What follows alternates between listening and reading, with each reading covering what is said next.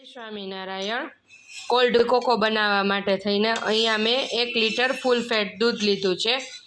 પછી cocoa powder છે એ 20 ગ્રામ લીધો છે, ડ્રિંકિંગ છે એ 15 ગ્રામ અને કોર્નફ્લોર છે એ 10 ગ્રામ અને લીટરે 100 ગ્રામ ખાંડ।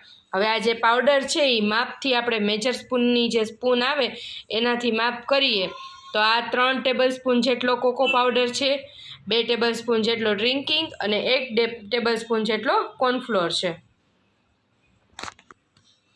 જો હવે પહેલાં હજી આ દૂધ ગેસ ચાલુ નથી કર્યો, એમાં પહેલાં આપણે ખાંડ એડ કરી દઈશું, પછી કોકો પાવડર, પછી ડ્રિંકિંગ ચોકલેટ અને કોર્નફ્લોર આ બધું એડ કરી અને આપણે આ જે હાથની ઝેરણી હોય એનાથી મિક્સ કરી લઈશું।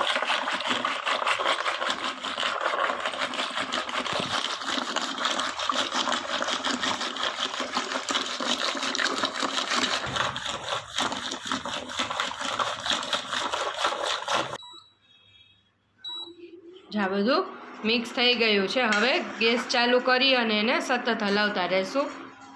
ઠંડુ દૂધ છે એટલે આ કોકો પાવડર છે એ ઝટ દઈને મિક્સ દૂધમાં ન થાય એટલે આવી રીતના સતત હલાવતું રહેવું પડશે। અને જેને બીટર ટેસ્ટ ભાવતો હોય એ ડ્રિંકિંગ ચોકલેટ જે આપણે એડ કર્યો પાવડર એ સ્કીપ કરી શકે છે।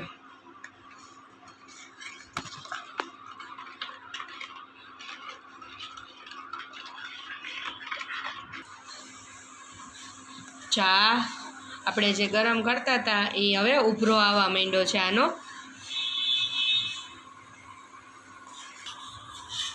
હવે આની અંદર આપણે જે કોર્નફ્લોર એડ કર્યો છે એટલે આને આપણે જ્યારે 1 લીટર દૂધ હોય આવડું આ કોલ્ડ કોકોનું ત્યારે એને 4 થી 5 મિનિટ ઉકાળવાનું, એટલે થોડુંક ઠીક થઈ જશે।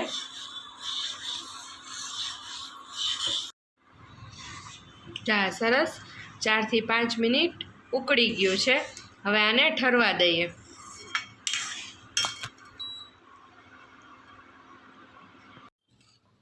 જો હવે આ ઠરી ગયું છે, એને પ્લાસ્ટિકના એક કન્ટેનરમાં ફ્રીઝમાં મૂકી દઈએ, ફ્રીઝરમાં નહીં ફ્રીઝમાં। જો બહુ ઉતાવળ હોય તો આટલું રૂમ ટેમ્પરેચર ઉપર આવે પછી 1 થી 1.5 કલાક માટે થઈને ફ્રીઝરમાં મૂકી શકાય, પણ અત્યારે આપણે ઉતાવળ નથી તો આને 3 થી 4 કલાક માટે થઈને ફ્રીઝમાં મૂકી દઈએ।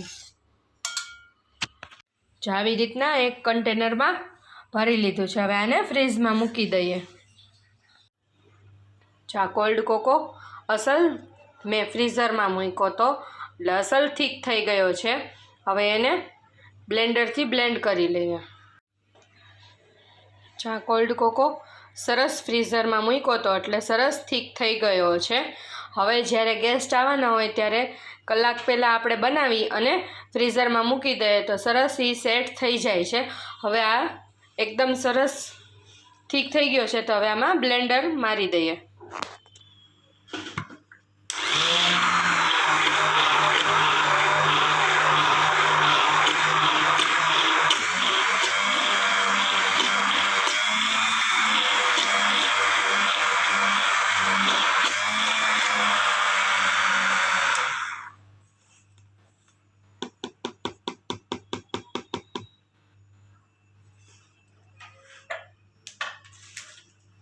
હવે એને સર્વ કરીએ। સરસ બ્લેન્ડ થઈ ગયું છે।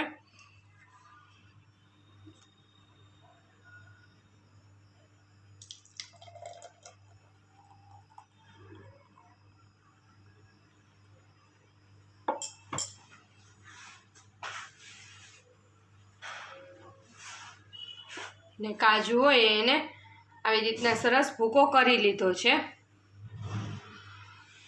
પછી એનાથી ગાર્નિશ કરીએ।